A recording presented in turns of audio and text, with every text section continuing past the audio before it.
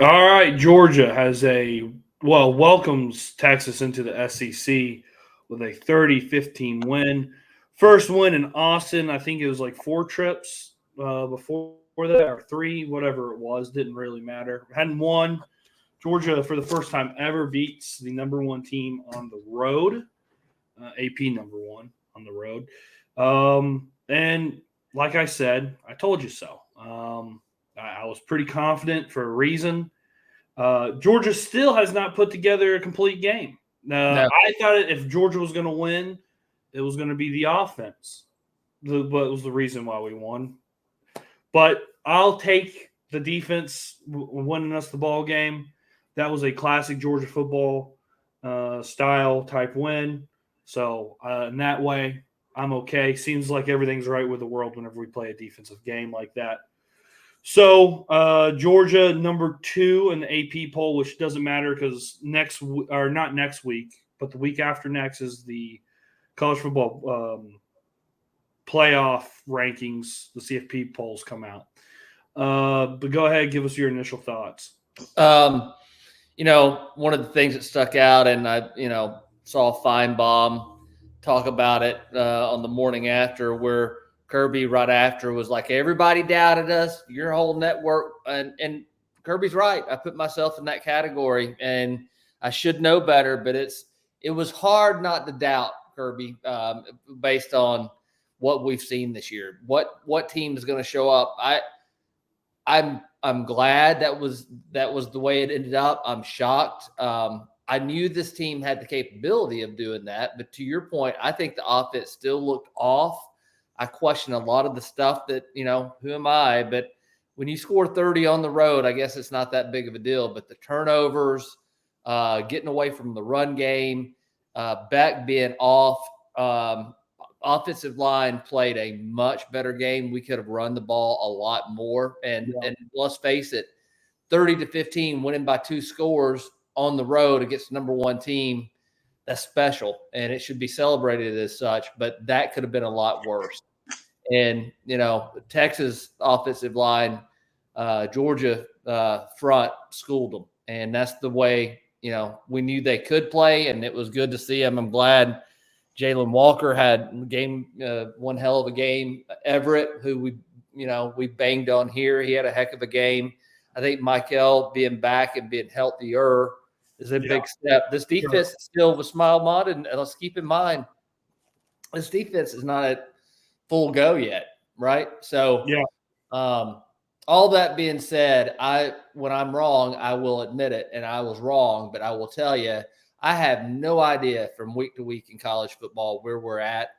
I just don't, because Georgia can be that team. There's no doubt, but we hadn't seen it. We've only seen it in spits and spurts. And if they've ever put it together, they're going to be dangerous. But to the point about the polls, I could care less. And frankly, none of these polls matter. And if we can't listen, if you and I and people that have watched college football our entire lives really are saying we don't know what we got, neither do the people who are supposed to be on the all committees and all that. So the only poll that matters is the 12 at the end of the year. Right. Well, that matters. But here's the thing. To me, I think polling is important because you can see where you stand and what you have to do resume wise. It makes sense to rank at the end or the beginning of November. Because, by the way, think about this. There's 2 extremely controversial things that are going to happen on November 5th. 1, the election. 2, the CFP, the first poll comes out. Oh my gosh. Apocalypse. People are going to be out in the street. Where people are ranked, people might be pissed off. But I think it's smart in November to start ranking teams at the end of October. I think you've said that before on here, and I tend to agree with you. I think around Halloween is when the pretenders and the real teams. But again, the AP poll is so stupid because we hold teams that are undefeated higher in regard than a one-loss team on the road, and it was really a game that Georgia should have won at the end of the day. And again, it's a team that's won 2 games that gets top 10, right? So that's the Right. other thing. So Well, the that's valuing anyway. well, yeah, and Georgia obviously right now, as we sit here, they have the best resume in all the college football as of right now. I mean, things obviously, like you said, they can change week to week. So I guess we can start in this way. Defense, really good. I mean, just Glenn Schumann did a great job. Kirby, if we're being honest, did a great job disguising stuff. They threw Quinn Ewers was seeing ghosts. He didn't know what the hell he was doing. And they put in Arch. They had a Manning. I started to get a little nervous. I'm like, Tua, Anissa Manning. This is just not good. He gets butt fucked, which was great to see. Then they put Ewers back in. They try to steal the refs, try to give the game to Texas. Didn't work out. Defense A plus job. Yes. There's some things that I could nitpick at, like CJ Allen missed Humphrey TikTok boy. He kind of missed sometimes, but overall pretty good. Offensively, I thought play calling was fine, except there in the fourth quarter when we had it was the second to last possession where we only took 12 seconds off the play clock. Yeah. That wasn't great. But overall, Bobo did fine. Guys were running open. There were guys open.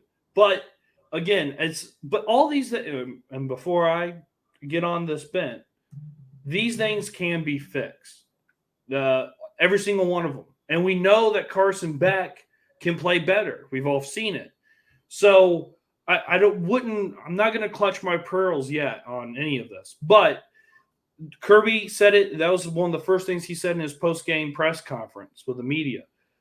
Dropping balls. London receivers bricks for hands, man. I don't know what it is, but yes.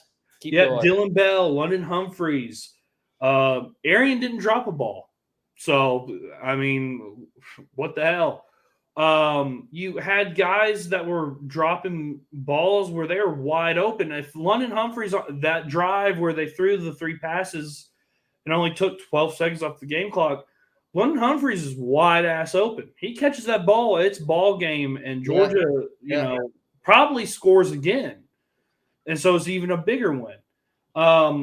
The defense gave us great field position all first half, and we only got 23 points. That game should have been 30 to 34 to nothing at halftime. It very easily, and that's even saying, hey, we kicked a field goal or two. It just, again, if it's all there's guys that are open, but Beck, I don't know if he's trying to do hero ball. I don't know what it is, but in these big games, he just pisses down his leg and he sees things that are just not there and he tries to fit things in windows. Just take the easy shot. I know it's easy for me to say on my couch, but dude, we need you. And we to win a national championship, and this team can do that. We saw Saturday. If we're going to win a national championship, we need him to play better, and we need him to just take the easy stuff and take over a game. But he just hasn't done that, and I don't understand what happened from this year to last year. I don't know. Well, I'm gonna give you. And again, I'm not a quarterback whisperer, and you're right. I have no idea, but I think you're right. I think he's trying to fitball some, being a little too careless and believing in his arm a little bit too much, and he's just off a little bit. And I don't know if that's mechanics, and I think again could be, but I can tell you this: our left tackle this year, and I'm going to leave it at this. I've gone back and watched the game, and there are several occasions where there's pressure coming from our left tackle just not holding up and not having good technique. And I'm wondering, just like in Kentucky, Beck was, they made him uncomfortable. They knocked the piss out of him a couple of times. And I'm wondering if he just doesn't have as much faith in his offensive line, if he's got a lot of confidence in his arm, and he feels like you said, he's got receivers dropping it. So maybe he feels like he has to. But that one over the sort of that slant to Lawson Lucky, that was there. That was on back. There was another one on back. That first one was on back. He never should have thrown that. There were two that were on back. The one where, and we'll talk. I promise you guys, we will talk about it. The pass interference, not pass interference. Was it pass interference? Who knows? That there was on Arian Smith. He ran. Okay. That was terrible route by him, and it was there. If Arian was at where he needed to be at, that would have been a first down for Georgia. So, and look, those 7 interceptions that he has through 7 games, which is averaging 1 a game, not the worst thing in the world. I mean, whatever. If we're throwing the ball this many times, it's going to happen. They do it in the NFL all the time. But the problem is, it's at the very inopportune times, and we're not winning the turnover battle. I think this is the first game that Georgia's won the turnover battle. Thank God for the defense on that. Right. Same stuff, though. I mean, I was already getting PTSD in the first quarter, even though I could tell early that Georgia was the better, especially in the trenches. Georgia was dominating that game, but we had two turnovers, 2 interceptions in the first quarter. Yeah. And we were fortunate that the defense got them back for us, for goodness sake. But that's that's how much more dominant Georgia was in Texas. You turned the ball over twice in somebody else's stadium in the Southeastern Conference on the road against the number 1 team.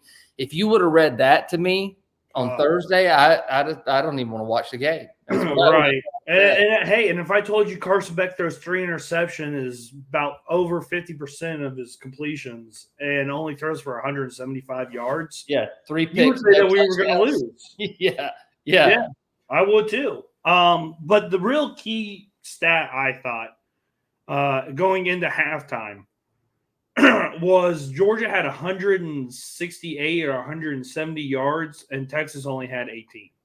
And they never could establish the run. They never could. They averaged only 1.1 yard a carry. But, I mean, if you take sacks away, Georgia got 7 of them.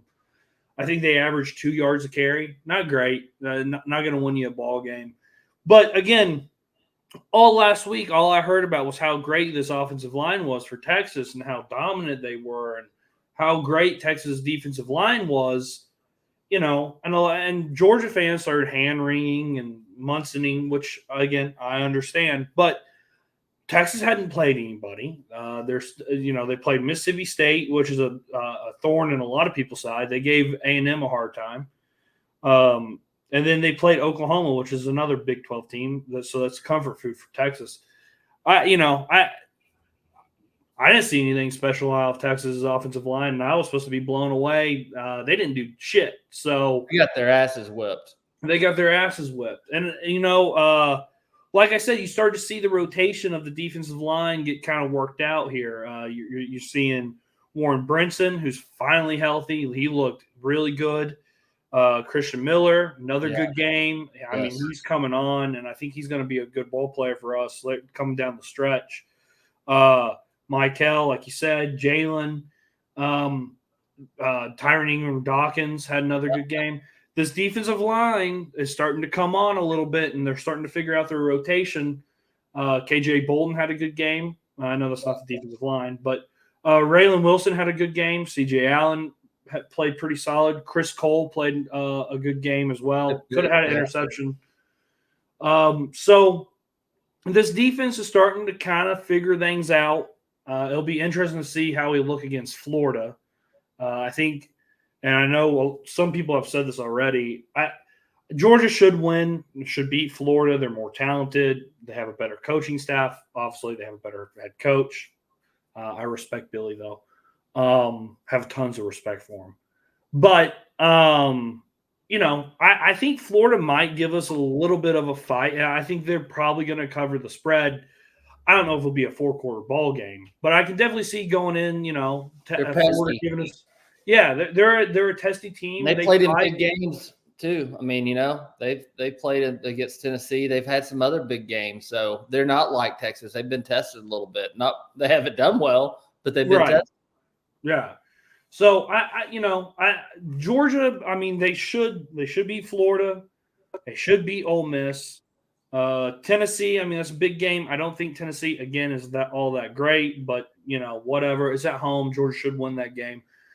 Georgia's played the meat of their schedule, and they play the two biggest tests that they're going to face so far in the games that are scheduled. So, it's hard to imagine a world where Georgia misses out of the playoff now with the win of Texas and Clemson just running over people. Right yeah, now. I think they're going to end up farting around because you and I watched Miami play. I don't want to get off on other schools, but quarterback's good, but that defense, my goodness gracious, they don't scare me. Miami's not a very good team. They just play in a weak conference. So, again, I think if you're gonna, right now, I know Georgia's now the favorite to win the national championship, but I wouldn't pay any attention to that right now. But I think the two best schools or teams right now are Oregon and Georgia. Those are the two I put Ohio State in there. I mean, that was a close game. So I think you've got, and especially when you look at the talent, right? The blue chip, whatever, you got to put them in there. Although I think their coach is a liability. I don't think they have a quarterback. I don't think that Will Howard kid is a big time quarterback. I don't think he can win them the big games. I know Dylan Gabriel, he's a big time quarterback. He can win. So that's why I'd give the edge to Oregon. I would assume that Oregon and Ohio State play in Indianapolis for the Big Ten title. I would too, and it's hard to beat the same team twice in one year. Yeah, it is. And I don't know if you're Georgia. Obviously, if you get into the SEC championship, you better win it because it hurts you more than it helps you. I don't know if Georgia really wants to. I don't really want to play in the SEC championship. I'd rather take the bye week and get rested. Well, I don't know. Before the season, I would have said that, but it's really hard because I don't know. That's the other thing. I don't want to be seated somewhere and have to go play out on the left coast. I just, or whatever. I don't want to take that risk. I believe they can't afford another loss and still get into the playoffs. Yeah, but I would like to see us play, and I don't care who we play, but I'd rather play like a Texas A&M, who is, by the way, technically in the lead in the Southeastern Conference. LSU and Texas A&M are in the lead. They're both going to play each other this weekend, so one of those teams is going to have a loss in the SEC. So we'll see what happens down the stretch here. I would say Georgia's probably looking at playing in the SEC championship, but look. Texas thinks this is all fun and games because, look, they just lost to Georgia. It's Georgia. They've won 2 out of the 3 last national championships. Whatever. You got to go on the road. You got to go to Vandy. And I know all the Texas fans are probably going to go up to Nashville. Vandy's ranked. Whatever the point spread is, I'll take Vanderbilt. I think Vanderbilt might do something. I'll take Texas A&M. They still got to play in A&M, obviously. So yeah, they got to play them at the end of the year. Yeah. Yeah. So, and, they got Arkansas as well. They got to go on the road to Arkansas. No, I agree. It's no cakewalk, even though their schedule's pretty easy. This is a hard segue, but I know we're going to get there. But before we get into the officiating and all the craziness, that it was one of the most bizarre games I believe I've ever watched. One of the worst officiated games I've ever seen. But yeah.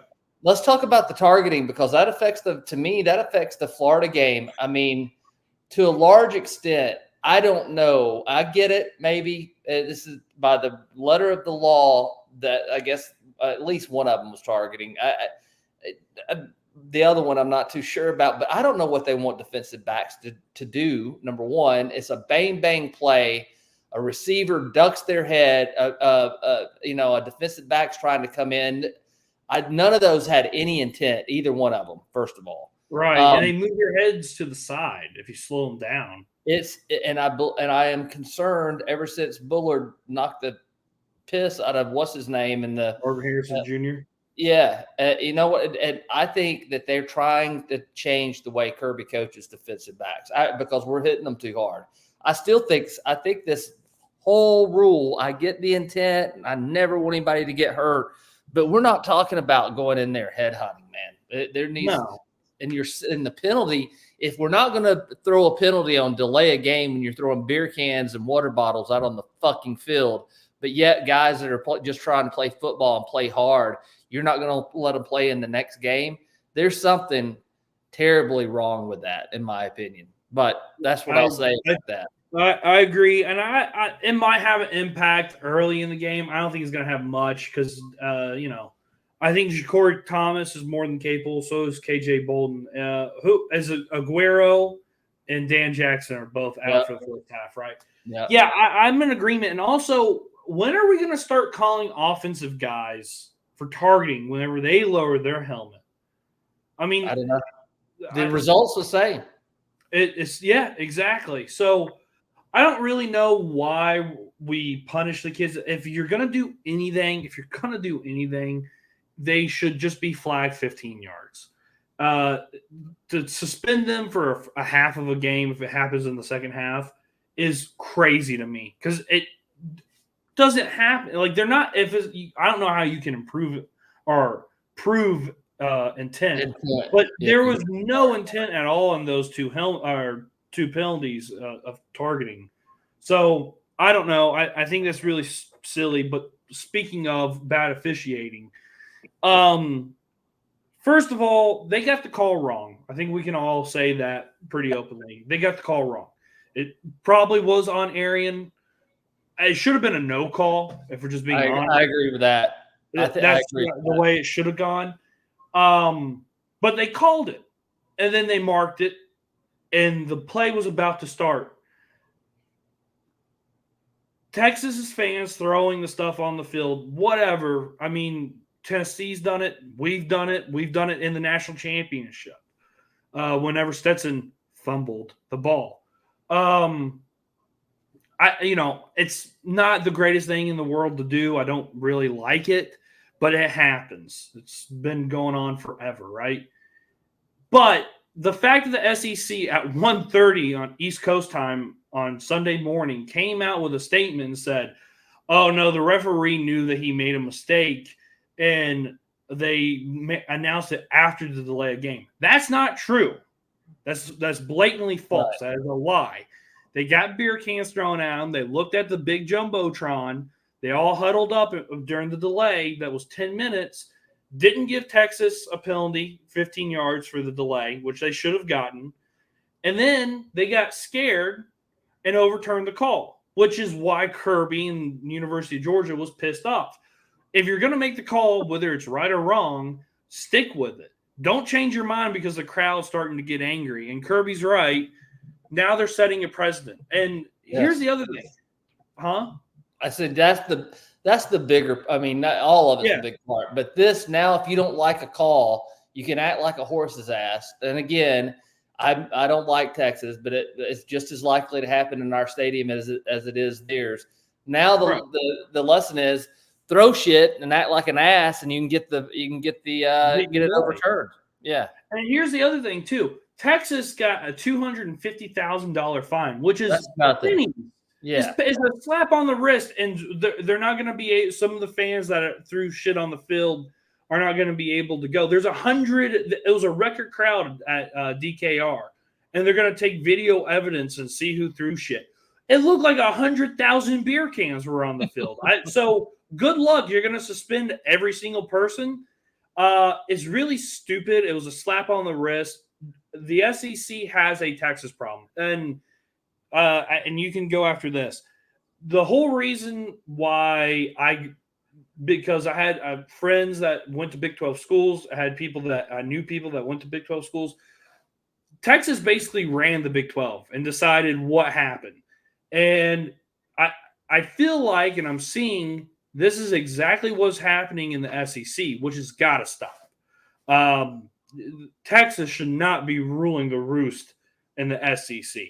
And they should not get their way. It is crazy to me that that's happening, and their fans are a wine and cheese crowd.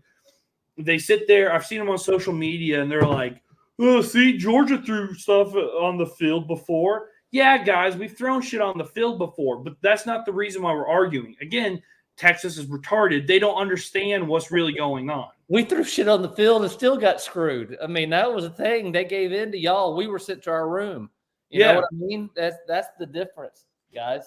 Yeah. So that they don't understand. They are like they think they're so great, and they're really not. They haven't won anything. If you take the 2005 national championship away, they hadn't won anything since Earl Campbell was walking on campus and they had a shooter up in the watchtower. Just saying. So they're not the greatest of all time, and they think they are, and they think they. I mean, the talk is unbelievable. Okay, I'm just gonna stop right there. Well, look, the other thing that you and I have talked about, and we've got to guard against this. Not just, I mean, everybody in college football does, because the logical conclusion of where all this NIL money and where the ungoverned and all the transfer, this going, the college landscape, logical conclusion is going to shift to Texas. They got the money, and they're in the conferences or in the big conference now. We got to be careful about that. And if I'm a college kid and I'm Texas A&M or I'm Texas or I'm SMU, and they can offer me the most money to come play, or if I go somewhere like Georgia and I don't get the playing time, I know somebody that'll pay us, right? Look at what happened under Farthead at Texas A&M. Jimbo, he bought the class, and Saban called it out. It's going to happen with Texas, guys. It's just going to. So if they're already trying to throw their weight around now, just wait. So you're right. We got to get a handle on this shit. Yeah, it's a problem, and it's extremely annoying because all going up, leading up to the week of Georgia, Texas, you heard the SEC runs through Texas, and that was not only from Texas, it was from the fucking ESPN. New sheriff in town. Desmond. Oh, blah, blah, ha, ha, ha, ha. That's really all fucking funny until you get punched in the fucking face. And that's what happened Saturday, by the way. And Paul Feinbaum and Matt Berry on their little podcast on Sundays breaking down all the games, they can all, oh my God, can you believe what Kirby did? He said mean things about the media. Well, guys, you do that and you allow Texas. I mean, ESPN basically handed over the programming controls to Texas this whole weekend. And they laid a fucking big fat shit on their network because they talked and they think they're so great. And I'm so tired of it. And now, Sunday morning and Monday, you get all the Texas apologies. Well, the offensive line didn't do really good. Maybe Texas isn't as good as we all thought. Guys, you were crowning them national champions last week. Now they're, back to, square one again. Like Georgia getting beat by Bama, we were the number one team. And then, we looked like shit in the first half and almost should have beat them, honestly, in the second half. But well, you know what the difference between Georgia and Texas losing? You know what the difference is? Georgia's fucking earned their spot in college football. Texas hasn't. They got appointed to it by the media because they're darlings and they have money. It's just really annoying. This is why I hate Texas. I hate Texas fans for a long time. I knew this was going to come down the track, and it's only going to get worse. Yeah, if we don't put a stop to it. Greg Sankey's got to do something. Here's the other thing that really pisses me off, and this is actually really infuriating. The SEC has got to demand better for their officiating. Yes. And I don't care if it's media asking questions to the officials. I don't think that does a whole lot, but maybe that starts doing something. I don't know. It's a foot in the right direction at least.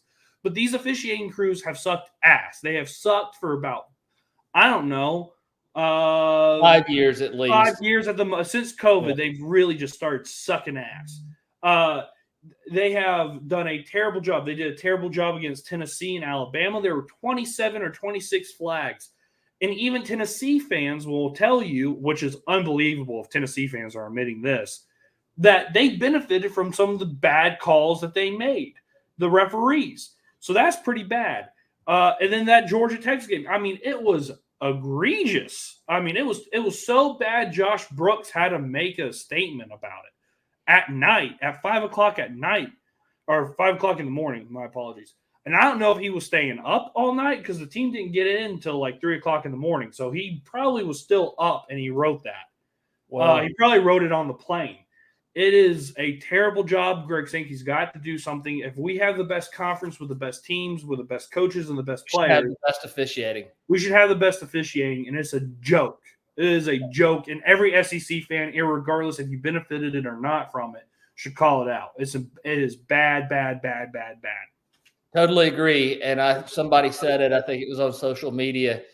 And the reason Josh Brooks, his ass may have been up at 5 o'clock in the morning because Kirby's been on the phone talking his ass off. Because when Kirby wagged his finger and walked away from that official, that's whenever this is not going to stand. This is just, this is bullshit. And he called it exactly right. It is. We have set a precedent now, and it's for the player safety, the coaches' safety. Cheerleaders are down there, man. Yeah. Fans, there's a Texas fan that got hurt because of that. It had to be carried out in the stretcher in the stands. I didn't hear that, but I saw anyway. I agree with you. It needs to be fixed, and I don't know. I'm just telling you, I don't have much hopes because it's follow the money, and ESPN controls college football now, and they know that's Texas has the money, and I'm just telling you, that's where all this is going to go. Texas and Texas A&M. If there's not reform on NIL and transfer portal, they're going to control college football. Yeah, totally agree. That's not a Greg Sankey problem. He can start doing things by, doing the right thing about fixing the officiating. Whenever you have Jared Moorhead, who is a very low-key guy, and actually, I have my opinions on Jared as a president, but he is a nice fella. And he's, shook my hand and, acted like he cared. So that went a long way for me. It's a great day to be a Georgia Bulldog. But when he's face-to-face after Georgia won by 15 points on the road in the number one team stadium, and he's face-to-face, nose-to-nose with Greg Sankey after the game, that should be a wake-up call. Yeah. And I don't think Jared makes a lot of statements on football games. That's not his job, and he's doing it. Greg Sankey's. This is a moment for him to step up, and SEC should be embarrassed. Yeah, if it just means more, then y'all got to get it right. And there were so many dignitaries, and it was so Hollywooded out, and there were so many people watching, and to see that happen, they've got to get it fixed. Well, real quick, here's my thing about Texas. Why do you have all these people that are coming in on the sideline and hobnobbing with everybody who don't give a rat's ass about y'all and will never give you any money? McConaughey, he's been around my entire life. He's been on the sideline. He's kind of like he doesn't stink as bad as Bevo. He looks a lot better than Bevo. He's a good-looking guy, but he's basically Bevo for y'all. But, Joe Rogan doesn't know the rules of fucking football. He's admitted that. Glenn Powell. These guys didn't go to Texas. What are you doing? Sergio Garcia? What the fuck? Very weird. You don't see that at Georgia. We got Quavo. So he was in Gwinnett County. So he's the real deal. But I find that so strange about Texas, and they think they're so great. Anyway, it made good TV, dude. That's what I'm saying. We got to all recognize. I'm very well aware of that, but I find it odd for Texas to be that close to celebrity where they're not going to get any money off of them. Go to the people that actually are going to give you money, like McConaughey.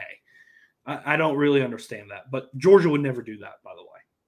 Though we did let Kirk Cousins come around, but he plays for the Falcons, and his wife's a Georgia girl. So, right.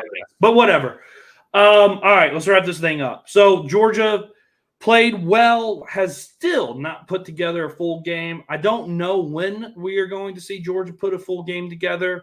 I don't know if we ever will see Georgia put a full game together. But if the defense plays like they are and they're capable of, we all saw it Saturday, if they can play that way and the offense, for the love of God, put something together, Georgia very easily can play in the national championship and they can win the national championship. But again, things got to be put together. You got to have better play from Carson Beck. You got to have better play to your wide receivers. But the positive, Georgia's getting healthy.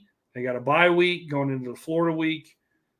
So they should be starting to get the pieces back together. Tate is obviously going to play against Florida. I mean, he was the emergency backup if something did happen. and Smile London should be back. When is Roger Grobson going to come back? That will change a lot of things. That'll be a big help. Yeah. That'll be a big help. Branson, when's he going to come back? So there are some things that can happen here where Georgia's getting healthier and they start peaking at the right exact time that we need them to start peaking. But again, things got to be cleaned up. Yeah, no, A+ in the trenches, both offensive, defensive line. A+ to overall on the defense. I would say a solid C on offense. Special teams outside of that squib kick. Woodring was money. Brett Thorson was an absolute hammer. Yeah, I thought he played a hell of a game, dude. Those kicks he made were big. Those big, yeah. Overall, they definitely won and beat Texas handily, and they are capable of doing so much better. So I'm excited to see if we can put it all together, and hopefully you're right. We're peaking at the right time, even though the meat of our schedule is probably past us. We can't go to sleep. We got to, this team, like Kobe says, we got to continue to get better. Yeah, and every week so far of the season, you've seen Georgia get better and better. So I'm hoping that, we start figuring things out and the trajectory of this team keeps getting better and better, and we'll see what happens. There was one point I wanted to make, and now I completely forgot. So great job by me. All right. Check us out on Terminus Sports _ATL. Remember to like and subscribe, comment, tell us what you thought about the Georgia-Texas game. We'll be back later on this week, probably Thursday, just to do a bye-week preview of things that we've seen or heard over the week, and then break down some of the games for Saturday slate. And then check out Unishippers Atlanta, our presenting sponsor. Give us a pitch. We work with small to medium-sized companies, helping them reduce their shipping costs, anything from letters to pallets. Feel free to reach out and ask for Holland Martin. All right. Ask for Holland. We'll see you Thursday, talking about the bye week and what Georgia needs to do to get better. All right. Big win. Welcome to the SEC, Texas. Way to go, Dogs. And we'll see you on the other side. See ya.